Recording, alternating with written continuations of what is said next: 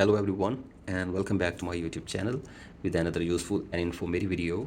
So guys, in this video I'm going to show you how to use landscape mode on your iPhone in iOS 27. So guys, if you want to use landscape mode on your iPhone in iOS 27, here I will show you how can you do this. So guys, first of all you have to simply go back to your home screen and now drag down your control center and turn off the portrait orientation lock if it is on.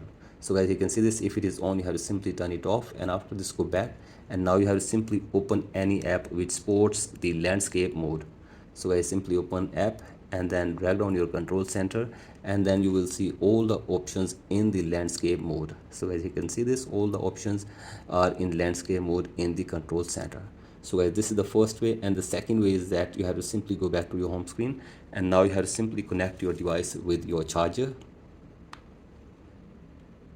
and then open settings on your device, scroll it below, and then you have to simply go to the standby mode, and then you have to simply turn it on if it is off. So I simply turn it on, and after this go back again, and now you have to simply lock the device, and then your device will go in landscape mode like this. So as you can see this, you can also use landscape mode on your device in this way as well.